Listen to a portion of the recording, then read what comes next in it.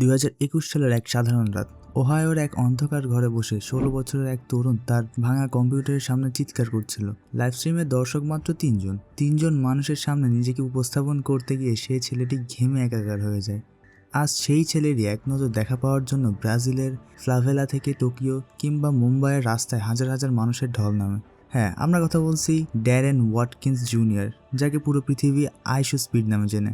না ছিল কোনো বিশাল ব্যাকগ্রাউন্ড, না ছিল দামি কোনো স্টুডিও, কিন্তু মাত্র 3 বছরের মধ্যে কিভাবে একজন সাধারণ হাই স্কুল বয় পুরো ইন্টারনেট দুনিয়া কাঁপিয়ে দিল। আজকের ভিডিওতে আমরা উন্মোচন করব স্পিডের এই শূন্য থেকে কিংবদন্তি হয়ে ওঠার সম্পূর্ণ সত্য গল্প। 2005 সালের 21শে জানুয়ারি আমেরিকার ওহাইও অন্তরাজ্যের সিনসিনাটিতে জন্ম নেয় ড্যারেন ওয়াটকিন্স জুনিয়র। মধ্যবিত্ত পরিবারের সন্তান ড্যারেনের ছোটবেলা থেকেই দুটি জিনিসের প্রতি ভীষণ ঝোঁক ছিল, ভিডিও গেমস এবং ফুটবল।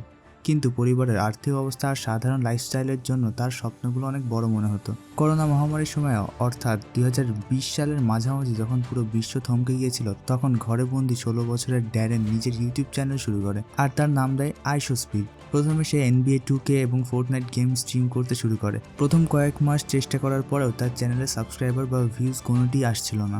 অনেক সময় 10 ঘন্টার লাইভ স্ট্রিমেও কোনো নতুন দর্শক আসতো না। কিন্তু অন্য 8-10টা তরুণের মতোই স্পিড হাল ছেড়ে দেয়নি। তার কাছে যা ছিল তা হলো অদম্য এনার্জি।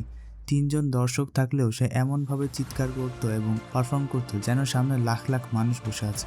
2021 সালের শেষের দিকে এসে ঘটল সেই অবিশ্বাস্য ঘটনা, যা ইন্টারনেটের ইতিহাসে বিরল। স্পিড তার স্ট্রিমিং স্টাইলে একটু পাগলাটে এবং রিয়েল ড্রামা আনা শুরু করলো। সে টকিং বেন নামের একটি সাধারণ মোবাইল গেম খেলা শুরু করে। গেমে যখনই বেন ফোন ধরে বলতো নো, তখনই স্পিড এমন অতিরঞ্জিত এবং মজার রিয়াকশন দিত যা মানুষের নজর কাড়ে। Just want to be friends. That's all I want to be. I want to be friends. Yes. Okay, we friends now? No. এর সাথে যোগ হলো তার অদ্ভুত সব সাউন্ড অ্যাক্ট, লাইভ স্ট্রিমে ব্যাকফ্লিপ দেওয়া, ঘরের দেয়ালে লাথি মারা, ক্যামেরার সামনে কুকুরের মতো ঘেউ ঘেউ করা, আর অতি উৎসাহে স্ট্রিম করা। ছোট ছোট টিকটক এবং ইউটিউব শর্টস ক্রিয়েটররা তার এই রিয়াকশনগুলো ক্লিপ কেটে ইন্টারনেটে ছেড়ে দিতে থাকে।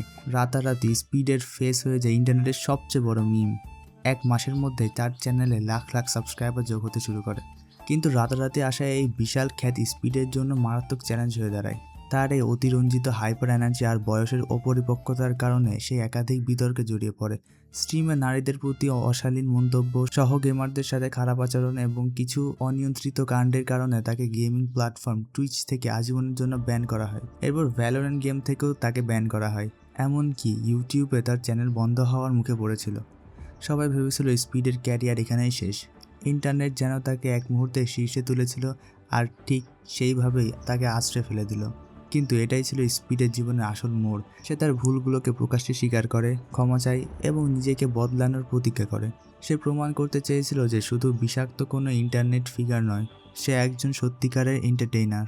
আইশোস্পিডের কামব্যাক ছিল আরও অবিশ্বাস্য। সে তার ফোকাস গেমিং থেকে সরিয়ে লাইফস্টাইল এবং ফুটবলের দিকে নিয়ে যায়। আর এই যাত্রায় তার একমাত্র অনুপ্রেরণা ছিল ফুটবল কিংবদন্তি ক্রিস্টিয়ানো রোনাল্ডো।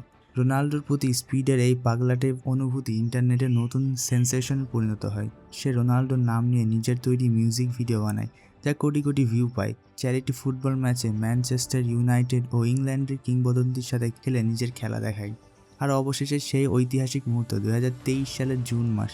দীর্ঘ 3 বছরের চেষ্টা ও উন্মাদনার পরে স্পিড যখন সরাসরি রোনাল্ডোর সামনে দাঁড়ায়, তখন সে নিজের চোখের জল ধরে রাখতে পারেনি। রোনাল্ডোর সামনে হাঁটু গেড়ে বসে পড়ে তার সেই ঐতিহাসিক সাক্ষাৎ সোশ্যাল মিডিয়ার সমস্ত রেকর্ড ভেঙে দেয়। রোনাল্ডোর সাথে দেখা করার পর স্পিড আর শুধু আমেরিকার স্ট্রিমার থাকেনি, সে হয়ে ওঠে একজন গ্লোবাল আইকন। সে শুরু করে তার ওয়ার্ল্ড ট্যুর স্ট্রিমিং। সে ভারতে ধুতি পরে রাস্তায় নাচানাচি করে, ব্রাজিলের বিপজ্জনক বস্তিতে গিয়ে সাধারণ মানুষের সাথে ফুটবল খেলে, এমনকি জাপানে গিয়ে সামুরাইদের সাথেও পারফর্ম করে। যে দেশে সে পা রেখেছে, শহরের রাস্তাঘাট বন্ধ হয়ে গেছে, পুলিশ প্রোটোকল দিয়ে তাকে রক্ষা করতে হয়েছে। 16 বছরের ড্যারেন এখন বিশ্বের সবচেয়ে পাওয়ারফুল এবং পপুলার কন্টেন্ট ক্রিয়েটরদের একজন। আজ আইশোস্পিডের বয়স 20 বছর, তার সাবস্ক্রাইবার সংখ্যা 3 কোটিরও বেশি। কিন্তু এই বিশাল সাফল্যের পিছনে যে মূল জিনিসটি রয়েছে তা হলো কনসিস্টেন্সি এবং প্যাশন। যেদিন তার স্ট্রিমে কেউ ছিল না, সেদিনও সে যতটা এনার্জি দিয়ে কথা বলতো, আজ লাখ লাখ মানুষের সামনেও সে ঠিক একই ড্যারেন ওয়াটকিন্স। আইশোস্পিডের গল্প আমাদেরকে শেখায় আপনার শুরুটা কতটা ছোট বা আপনি কোথা থেকে এসেছেন তা বড় কথা নয়। আপনার ভেতরে যদি কাজের প্রতি সত্যিকারের আবেগ আর সততা থাকে, তবে পুরো পৃথিবী একদিন আপনার নাম জপতে বাধ্য হবে। আপনি কি স্পিডের লাইভ স্ট্রিম দেখেন? তার কোন ভাইরাল মুহূর্ত আপনার সবচেয়ে প্রিয় লাগে? কমেন্টে অবশ্যই জানাবেন। আর ভিডিওটি ভালো লাগলে লাইক দিন, আপনাদের বন্ধুদের সাথে শেয়ার করুন এবং পরবর্তী এরকম অনুপ্রেরণামূলক গল্পের জন্য চ্যানেলটি সাবস্ক্রাইব করে রাখুন। দেখা হচ্ছে পরের ভিডিওতে।